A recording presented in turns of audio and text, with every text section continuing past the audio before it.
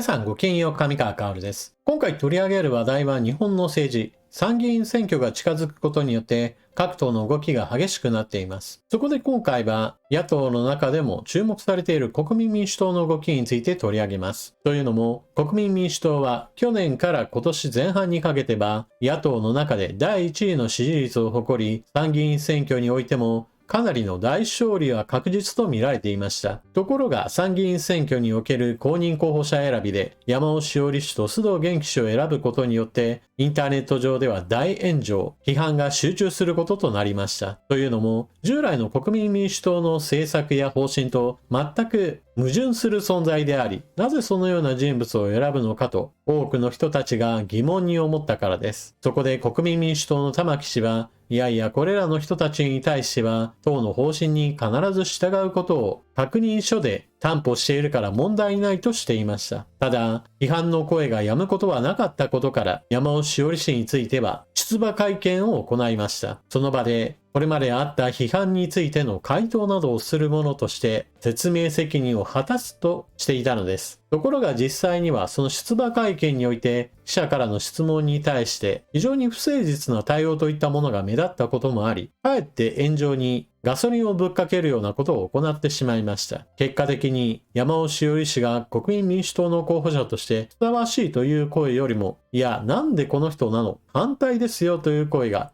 国民民主党の内部においても高まり、地方組織からは全会一致で公認取り消しを求める騒ぎへと発展しました。そうしたこともあり、党執行部が公認を決めたにもかかわらず、結局その党の首脳部において公認取り消しを発表する羽目になったわけです。そしてもう一人話題となっていた須藤元気氏についても、つい先日、これまでの反ワクチン活動についての謝罪を述べました。これは国民民主党所属の医師の国会議員の福田徹氏の YouTube チャンネルにおいて、福田徹議員が須藤元気さんに科学の大切さを伝えますよという内容でした。このやり方というのは山尾志織氏の大炎上といったものがあり、いかにして炎上させずに事態を収めるか、国民民主党の火消し作業の結果です。まず第一に、福田徹氏の動画においては、登場人物は3人です。国民民主党の玉木代表と須藤元気氏、そして医師であり国会議員である福田徹氏、この3名だけです。山尾志織氏が記者から個別の質問を受けて大炎上するのに対して、須藤元気氏の場合だと一番肝心の反ワクチン活動についての言及を記者会見で延々と質問を受けるといったことは避けるようにしました。また動画内においても須藤元気氏が自分がどんな発言をしてそれがどんな間違いだったか自分で説明は一切していません。あくまでも福田徹氏が以前須藤元気氏が発言していたものに対していやいやそれは本当はこうですよといった具合にして内容の問題点について解説を行って考えを改めてもらおうという授業的な内容でした。例えば須藤元気氏はワクチンの治験が終わっていないにもかかわらず日本ではこれらのワクチンが人々に打たれ続けている。このような活動は非常に問題であると発言を行って、そうした考えを共にする人々と反ワクチン活動を展開していました。この治験が終わっていないというのはそもそもの間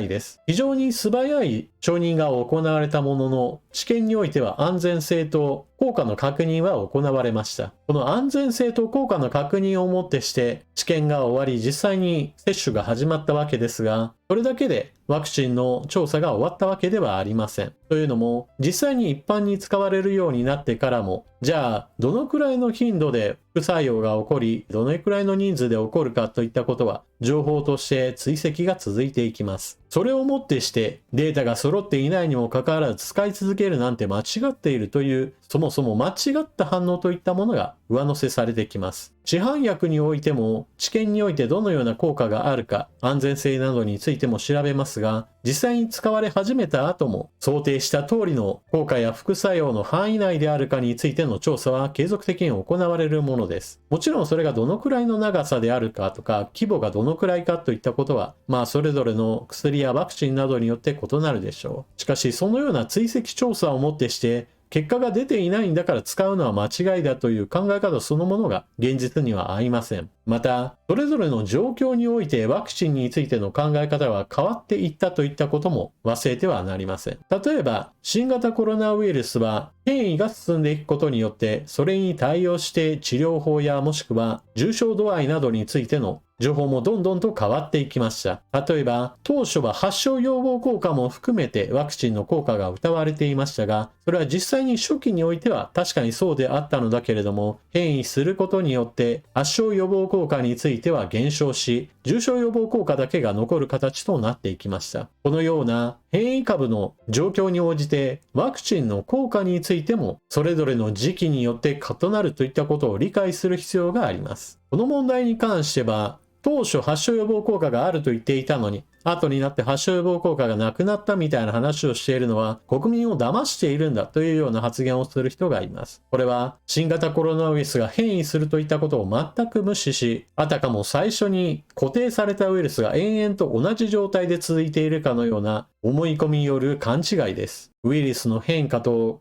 ワクチンの対応状況といったものによって初期と後の状況によっては発症予防効果の変異し、また重症度合いについても変わっていったのです。こういった話を福田徹氏が説明することによって須藤元気氏はなるほどそういうことだったんですねという具合にして反ワクチン活動については多くの人々に迷惑をかけてしまったことを謝罪しますという具合にしてこれからは国民民主党の党の方針に沿って活動していくことを述べています。さて、ここで問題なのは、国民民主党のこうした対応によって、須藤元気氏が反ワクチン活動から足を洗ったかといえば、現状においてはそうでしょう。それをもってして須藤元気氏の問題については、これで全て何もなかったね、問題なかったねというふうに考えるかどうかです。人間誰しも状況が変われば考え方も変わっていくものです。そうした意味では須藤元気氏が反ワクチン活動から足を洗うというのであれば、それは歓迎すべきことです。しかしここで忘れてはならないのは、須藤元気氏の問題というのは何も反ワクチン活動だけではなかったという点です。反原発活動やもしくは農薬や農業関連のデマ、また私はかなり重視していますが、ウクライナ支援に反対しているという点についても見逃してはなりません。ちなみにこのウクライナ支援に反対しているという意味では、自民党でも鈴木宗男氏がその代表例で、わざわざこの選挙において自民党が候補者に選んできました。国会議員の中には、ウクライナ支援に反対し、親ロシア派を表明する人といったものも別に珍しいわけではありません。ウクライナに侵略するのが何が悪いんだみたいなことを平気で言う人もいます。それらの人たちはプーチン大統領の侵略理由といったものを全肯定し、ロシアがウクライナを侵略するのはネオナチ政権を倒し、むしろ正義の行いであるかのような話もしています。須藤元気氏の場合だと別にそこまでは言ってはいませんが、ウクライナ支援に反対するという姿勢が結局のところ、親ロ派の行動として私には目に映ってきます。須藤元気氏が反ワクチン活動から足を洗うというのであれば、これは歓迎すべきことですが、わざわざどうしてこのような人物を選ぶのかについては、未だに納得はいっていません。最初から党の方針に賛同する人たちから候補者を選べばいいし、今の段階になって初めて科学の大切さを教えるところから始めましょうなんていう人を選ぶ理由としてはちょっと意味不明だなと思ってしまいます。ただし、現在の野党の中においては、国民民主党の存在はまだまだ評価できるものです。選挙において大事なのは、より最悪から遠ざかることです。それは、問題政党よりもよりマシな政党を選ぶであったり、よりひどい候補者よりもマシな人を選ぶといったものです。常に最善を選びたいという気持ちはわかりますが、残念ながら政党や個人どちらにしてもそうですが、非常に多くの政策が並べば自分とは全く合わないといった政策は必ず出てくるものです。ですから少しでも自分に合致しているものが多いであるとか、あの人だけには入れちゃダメだみたいなところも重要でしょう。さて、須藤元気氏についての話はこのぐらいにして、山尾志織氏の話をしておきましょう。山尾志織氏については、国民民主党からの内定は取り消しが行われました。しかし、山尾志織氏は今度は無所属での参議院選挙に立候補することを表明、2度目の出馬会見を行いました。山尾氏の出馬会見についての記事はこちら。産経新聞より、左右の政策パッケージ破りたい。山尾氏、無所属で参院選へ。9条2項改正に女系天皇。山尾志織氏は記者会見において、中道政治を諦められない。無所属でも国会活動を通じて社会に貢献したいと強調した。国家間は政党に縛られず、安定的な皇位継承について、前例のない女系天皇、女性天皇を含めた検討を促していくといい、国家間は政党に縛られず、より自由度高く訴えていくと語った。憲法改正については、戦力の不保持と公選権否認を定めた9条2項改正を挙げ、自衛権の存在とその手続き的な統制を国民的合意のもと明文化すると述べた。外国人による土地取得を規制する令和版土地取得規制法、スパイ行為防止法の制定を掲げ、人権外交に力を入れていくとして、日本はアジアの人権外交のハブとして、香港やチベットなど弾圧を受けてなお果敢に活動している人を支えていくと述べた。山尾氏は皇室、憲法、人権外交は難しい話でもあり、集票も見込めず、政治家も議論を避け、選挙のたびに優先順位が下がると指摘した上で、戦後秩序が変わろうとしている中で、国家の自立を維持、強化するために、どうしても避けられない論点だと語った。女系天皇と憲法9条の見直しは、左右の政策パッケージで考えれば、打ち消し合うが、左右の政策パッケージを破って日本の未来を問いかける選挙にしたいと述べた。山尾氏の掲げている政策で、例えば憲法9条の改正や対スパイ法のようなものを作ったり、外国人や外国法人の土地取得に対する規制強化といったものは、私も同様の意見です。しかし、女系天皇をどんどんと押してくるこの姿勢を見れば、やはり国民民主党の候補者ではあってはならない存在だと思います。国民民主党の新馬幹事長は、山尾氏の女系天皇容認論はあくまでも個人的な意見に過ぎないとして、党の政策に反映されるわけではないと否定していました。しかし、そうだからこそ私は候補者として選ぶべきではないと思っています。そもそも今回、無所属で出馬するにあたってわざわざ女系天皇容認論といったものを押してくることは、もはや推進派として見るべきでしょう。なぜならば、現在政府やもしくは与党野党の議論の中において、男系男子を維持すべく旧宮家の中から男系男子を養子縁組などで皇籍復帰させる、そうしたことを可能にする皇室典範改正の議論が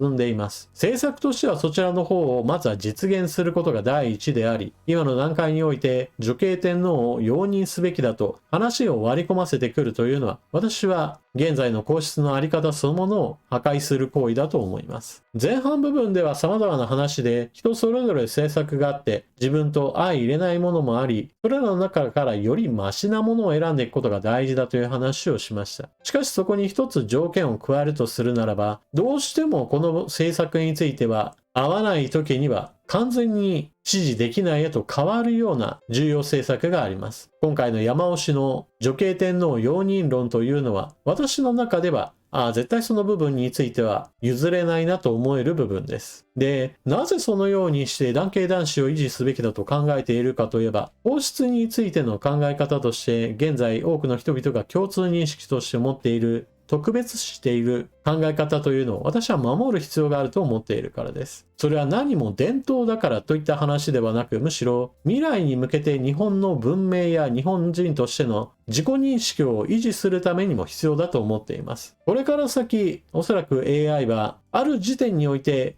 人類の総知能をはるかに上回る段階へと駆け上がっていくことでしょう。もちろんそれには時間はまだかかりますが、それはもはや避けられないと見るべきです。そうなった時に科学は猛烈な勢いで進展を始めます。というのも人間と違って AI というものは全く休まず、しかもたった一人の考え方というよりも全人類の知識を詰め込んだような状態で物事を考えるようなこととなり、もはや人間の科学者は AI の科学研究したものの現実世界での確かめる役にとなり下がる可能性が出てきます。そのような状態になった時には、頭脳としての AI と肉体としてのロボット工学というものの発達に伴って、新人類とも呼べるような生命体が新たに生まれる可能性は非常に高くなってきます。そうした時代にあっては、もはや社会の変革といったものは、今の段階からは考えられないほど大きく進展することでしょう。その変化の激しさといったものの中で、人々の概念といったものは大きく揺さぶられるはずです。社会構造そのものの変化といったものは、人々の生活や人生観、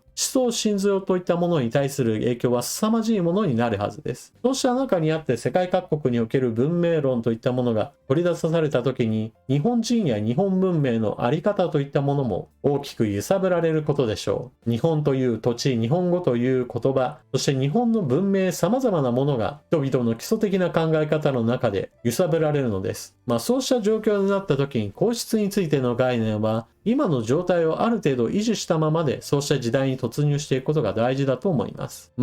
今の段階においてはそこまでのことを考える必要がないと多くの人が考えるでしょう。しかし、国家といったものは非常に長い人生を歩むものです。私たち日本人が一体どこまで生き続けるかはわかりませんが、少なくとも今の段階で男系男子の伝統を破壊して女系天皇を容認することが未来にとってプラスになるとはちょっと私には思えません。女系天皇の容認といったものを進めた場合においては、おそらく日本文明の中における皇室に対する特別視といったものが失われてしまい、そのうち皇室そのものの不要論といったものも湧き起こる可能性が上がります。そうじゃないよという人たちも当然いるでしょうが、私はそう考えているよという話です。というわけで動画が長くなったのでこの辺りにしましょう。国民民主党が公認候補者選びを行い、須藤元気氏と山尾志織氏を選出しました。山尾志織氏については公認取り消し、その後無所属で出馬。しかし、現在でも女系天皇容認といったものを掲げていることから、